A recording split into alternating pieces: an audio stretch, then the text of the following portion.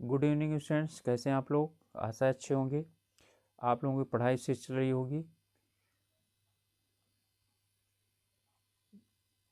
आप सब लोगों का आपके अपने ऑनलाइन प्लेटफॉर्म प्रयाग एकेडमी में फिर एक बार स्वागत है।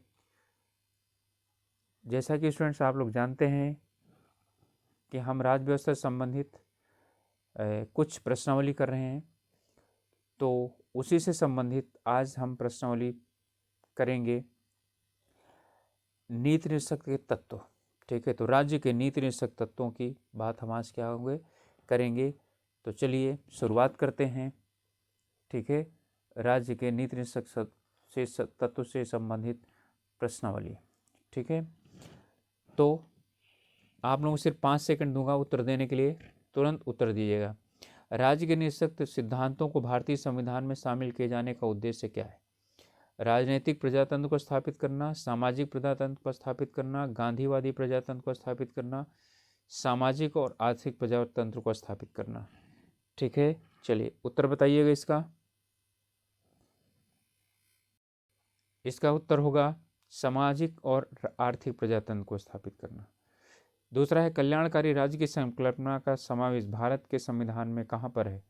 राजनीतिक तत्व, चौथी अनुसूची, मौलिक अधिकारों में या प्रस्तावना में।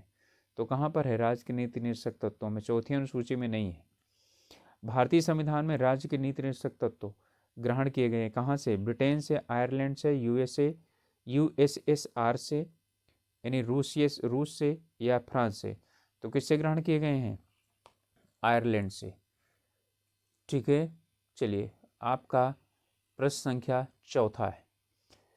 इस सभी प्रश्न आए हुए हैं। चौथा है समान कार्य के लिए समान वेतन भारत के संविधान में सुनिश्चित किया गया है। एक मौलिक अधिकार, मौलिक कर्तव्य, राज्य के निरीक्षक तत्वों का अंग। ठीक है, और ये आर्थिक अधिकार है। ठीक है, तो क्या है, ये राज्य के नीति निरीक्षक तत्वों के अंतर्गत लिखा गया है, भारतीय संविधान में निश्चित किया गया है। लेकिन इसे यानी कि मौलिक अधिकार माना है सुप्रीम कोर्ट ने। ठीक है, पांचवा है भारत में निम्नलिखित में से किसके अंतर्गत पंचायती राज प्रणाली की व्यवस्था की गई है। मौलिक अधिकार, मौलिक कर्तव्य, राज्य के निरीक्षक तत्व और चुनाव आयोग अधिनियम। तो पंचायती राज प्रणाली की व्यवस्था कहाँ की गई थी, राज्य के नीति निरीक्षक सिद्धांत में, अनुच्छेद 40। राज्य के निरीक्षक सिद्धांतों को निम्नलिखित अनुच्छेदों में से कौन सा एक अनुच्छेद अंतर्राष्ट्रीय शांति और सुरक्षा से संबंधित है। कौन सा, 51, 48, 43 से या 51 का। 51 का किससे संबंधित है, मौलिक कर्तव्यों से। तो सिर्फ क्या है, अनुच्छेद 51। इसके बाद मिलाना है, यानी कि मिलान कीजिए। अब किस चीज़ को मिलान करना, आइए इसका क्वेश्चन है ये। अनुच्छेद 40, 41, 44 और 48। ठीक है, अभी ऊपर मैंने बताया 40 किससे संबंधित है, ग्राम पंचायतों से संबंधित है। ठीक है, और 44 कैसे है, समान नागरिक संहिता से है। तो सी में क्या हो गया, 3 हो गया। ठीक, तो आप लोग जो है ना इससे मिला सकते हैं कि ए में, वैसे तो ये आईएएस का प्रश्न है, इतना जल्दी मानेगा नहीं। एक में कितना हो गया, यानी ए में 1, तो ए में 1, ए में 1, यहीं पर आपको दोनों उत्तर मिल जाएंगे। ठीक है, अब सी में 3, तो यहाँ पर सी में 3, सी में 2। ठीक है, बहुत भाग्यशाली हैं, मिल गया उत्तर आपको। तो इसका मतलब क्या चीज़ हो गया, 1, 2, 3, 4, यानी कि 40 में ग्राम पंचायत, 41 में काम करने का अधिकार, 44 में समान नागरिक संहिता, 48 में कृषि एवं पशुपालन का गठन। ठीक है, 8वां प्रश्न है निम्नलिखित में से कौन सा संविधान के 42वें संविधान द्वारा निर्देशक तत्वों का में नहीं जोड़ा गया। शोषण से बच्चों एवं वयस्कों की सुरक्षा, समान न्याय तथा निःशुल्क कानूनी सहायता, समान आचार संहिता, उद्योगों के प्रबंधकों में श्रमिकों की भागीदारी सुनिश्चित करना। ठीक है, तो इसमें कौन सा नहीं जोड़ा गया है।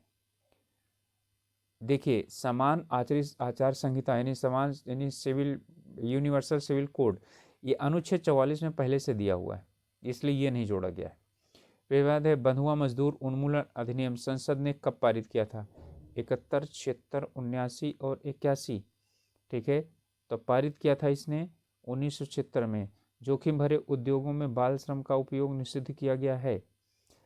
तो भारत के संविधान द्वारा 10 दिसंबर 1996 के सर्वोच्च न्यायालय के निर्णय के द्वारा, संयुक्त राष्ट्र के चार्टर के द्वारा, या उपरोक्त सभी के द्वारा।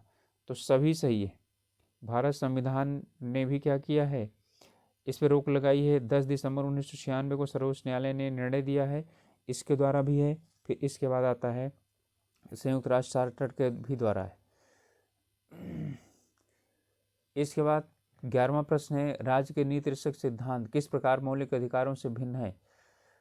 ठीक है, तो किस प्रकार मौलिक अधिकारों से भिन्न है, पूर्वोक्त केंद्रीय सरकार के लिए है और उपरोक्त राज्यों के लिए है। ये तो क्या चीज़ है, कह रहा है ऊपर, यानी कि नीति निरपेक्ष सिद्धांत केंद्र के लिए हैं और मौलिक अधिकार राज्यों के लिए, तो बिल्कुल गलत है।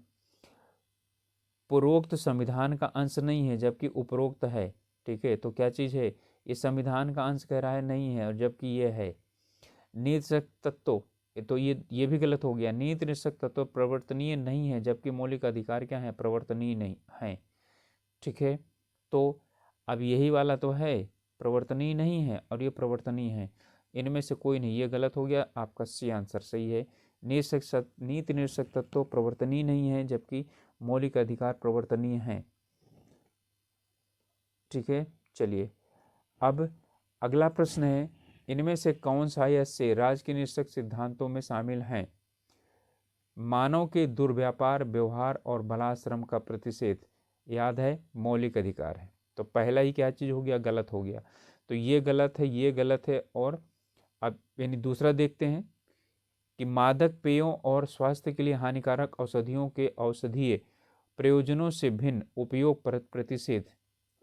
ठीक है, तो यहाँ पर क्या है, ये सही है, पहला वाला गलत है। तो ये और जो है यानी कि ये हो गए, तो दूसरा वाला सही है। तो यानी कि जो नशेली वाली चीज़ें हैं उन पर जो है ना रोक लगाने का अधिकार राज्यों को दिया गया है।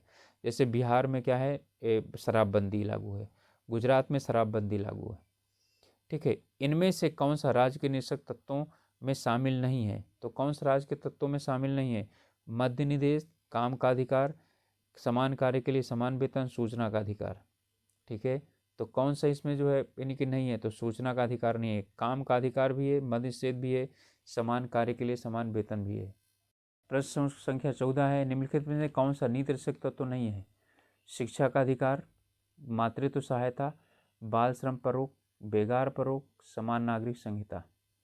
ठीक है, तो समान नागरिक संहिता तो है, तो जहाँ पांचवा होगा वहीं पर आपको उत्तर मिल सकता है। तो ये और ये दोनों हो सकता है। ठीक है, ये दोनों तो अपने आप क्या हो गए, यानी कि चला गया।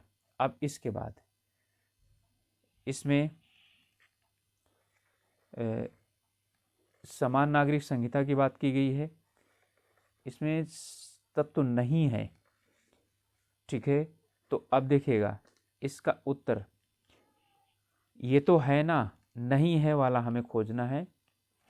थोड़ी सी चूक हो गई, इनमें से जो है यानी जो पांचवा होगा वो क्या होगा, वो आपका उत्तर नहीं होगा। तो ये दोनों उत्तर नहीं होंगे, आपका उत्तर 1, 3, 4 या 3 और 4 होगा। तो चलिए ठीक है, देखिए यहाँ एक क्या, शिक्षा का अधिकार, तो शिक्षा का अधिकार मौलिक अधिकार है ना। ठीक है, ये मौलिक अधिकार है, तो ये यानी कि इसमें नहीं है, तो पहला वाला भी हो गया। दूसरा मातृत्व सहायता, अब मातृत्व सहायता ये तो है ही नहीं इसमें। बाल श्रम पर रोक, तो बाल श्रम पर रोक भी ठीक है क्या है, बिल्कुल ये किसके अंतर्गत आता है, मौलिक अधिकार के अंतर्गत आता है। बेगार पर रोक, ठीक है, और बेगार पर रोक तो ये क्या है आपका, बेगार कर पर रोक जो है वो शिक्षा संबंधी अधिकार है ना, तो ये मौलिक अधिकार के अंतर्गत आ गया। ठीक है, बेगार पर रोक और बाल श्रम पर रोक, ठीक है, ये तीनों क्या चीज़ हो गए, मौलिक अधिकारों के अंतर्गत आते हैं। तो 1, 3 और क्या होगा आपका 4 उत्तर होगा। ठीक है, चलिए अब इसके बाद है अगला प्रश्न है, निम्नलिखित में से कौन सा भारत के संविधान के 51वें अनुच्छेद में राजनीतिक तत्वों के रूप में व्यक्त किए गए हैं। ठीक है, कह रहा है कि अंतर्राष्ट्रीय शांति एवं सुरक्षा की अभिवृद्धि का प्रयास करेगा, राष्ट्रों के बीच न्याय संगत एवं समानपूर्ण संबंधों को बनाए रखने का प्रयास करेगा। ठीक है, और इसके साथ ही अंतर्राष्ट्रीय विवादों के मध्यस्थ द्वारा निपटारे के लिए प्रोत्साहन देने का प्रयास करेगा। ठीक है, तो इसमें जो आपका है ये तीनों के तीनों जो है वो सही है। ठीक है, तो भारत के संविधान में ये कहा गया है कि ये राज्य के कर्तव्य होंगे कि अंतर्राष्ट्रीय शांति एवं सुरक्षा की अभिवृद्धि का प्रयास करेगा। राष्ट्रों के मध्य यदि कोई समस्या उत्पन्न होती है तो न्याय संगत और सम्मानपूर्ण संबंधों को बनाए रखने का प्रयास करेगा। अंतर्राष्ट्रीय विवादों को मध्यस्थ के द्वारा निपटाने के लिए प्रोत्साहन देने का प्रयास करेगा। ठीक है स्टूडेंट्स, तो ये हमारे क्या थे, नीति सत्व, ये तीनों सही हैं। ठीक है, अब हम इसी के साथ में मौलिक कर्तव्य जो हैं उनके भी प्रश्नावली कर लेंगे। चलिए, इसमें से कुछ प्रश्न हैं मौलिक कर्तव्यों से संबंधित प्रश्न हैं जो अमूमन पूछे गए हैं, उन्हें हम कर लेते हैं। निम्नलिखित से किस एक की संस्कृति के आधार पर मूल कर्तव्यों संबंधी प्रावधानों को भारत के संविधान में जोड़ा गया था? बलवंत राय मेहता समिति, एंगर समिति, ठक्कर आयोग या स्वर्ण सिंह समिति? आप लोग जानते हैं उत्तराखंड पीसीएस में प्रश्न पूछा गया है और 2002 में 2003 में दोनों में पूछा गया है। तो स्वर्ण सिंह समिति, स्वर्ण सिंह समिति की संस्कृति के आधार पर मौलिक कर्तव्यों को जोड़ा गया था। भारतीय संविधान के किस अनुच्छेद में भारतीय नागरिकों के मूल कर्तव्यों को शामिल किया गया है? 50 का, 51 का, 50 का, 51 का? ये यूपी पीसीएस में पूछा गया प्रश्न है, तो 51 का के अंतर्गत है। किस संविधान संशोधन द्वारा भारतीय नागरिकों के लिए 10 मूल कर्तव्य जोड़े गए थे? 24वें गलत है, 38वें गलत है, 44वें गलत है, 42वें के द्वारा जोड़ा गया था। तो हमारा उत्तर हो गया 42वां संविधान संशोधन। ठीक है, चलिए अब इसके बाद है भारतीय संविधान के में नागरिकों के लिए मौलिक कर्तव्यों को कहाँ से ग्रहण किया गया है? अनुच्छेद 50 का, ब्रिटेन से, सोवियत संघ से, आयरिश संविधान से? तो कहाँ से ग्रहण किया गया है? सोवियत संघ से ग्रहण किया गया है। मौलिक कर्तव्यों से संबंधित निम्नलिखित में से कौन सा कथन सही है, नहीं है, कौन सा सही नहीं है? ठीक है, तो हम इसकी बात करेंगे कौन सा सही नहीं है। तो कौन सा सही नहीं है पढ़ लेते हैं। उन्हें परमादेश द्वारा प्रभावी बनाया जा सकता है, ये क्या है? यही पहला वाला ही गलत है। ठीक है, उन्हें संवैधानिक प्रक्रिया से ही बढ़ाया जा सकता है।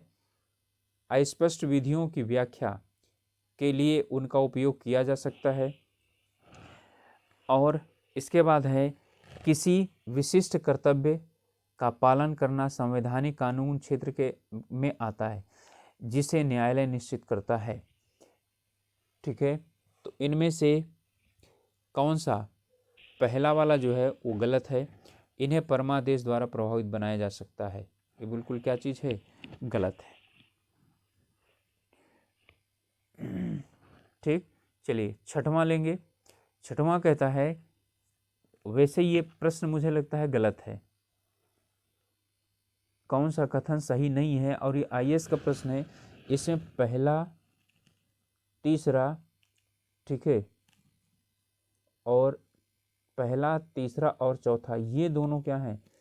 ये कथन सही नहीं है मौलिक कर्तव्यों के लिए, क्योंकि अस्पष्ट विधियों की व्याख्या के लिए उनका उपयोग किया जा सकता है, बिल्कुल नहीं, इनका उपयोग मौलिक कर्तव्यों को किया ही नहीं जा सकता है। इसके लिए तो अस्पष्ट विधियों की व्याख्या करने के लिए तो हम किसका उपयोग करते हैं? प्रियम्बल का। ठीक है, किसी विशिष्ट कर्तव्य का पालन करना संवैधानिक कानून के क्षेत्र में आता है, ठीक है, जिसे न्यायालय निश्चित करता है, ये बिल्कुल निश्चित नहीं करता है। ठीक है, तो इसमें इन्हें संवैधानिक संशोधन से, ये सिर्फ ये वाला सही है, इन्हें संवैधानिक प्रक्रिया से भी बढ़ाया जा सकता है। ठीक है, चलिए निम्नलिखित में से भारत में मौलिक कर्तव्य कौन सा है? न्यायपालिका से कार्यपालिका पृथक्करण, हमारी मिलीजुली संस्कृति को समृद्ध विरासत को संरक्षित करना, बच्चों के लिए मुफ्त और अनिवार्य शिक्षा, छुआछूत की समस्या को समाप्त करना। ठीक है, छुआछूत की समस्या को समाप्त करना बताइए किसके अंतर्गत आता है? ठीक है, ये मौलिक अधिकार के अंतर्गत आता है। न्यायपालिका और कार्यपालिका का पृथक्करण ये मौलिक कर्तव्य नहीं है, ये क्या है? डायरेक्टिव प्रिंसिपल के अंतर्गत आता है। मिली जुली संस्कृति की समृद्ध विरासत को संरक्षित करना, ये जो है मौलिक कर्तव्य के अंतर्गत आता है। बच्चों के लिए मुफ्त अनिवार्य शिक्षा, ये तो शिक्षा का अधिकार के अंतर्गत आता है।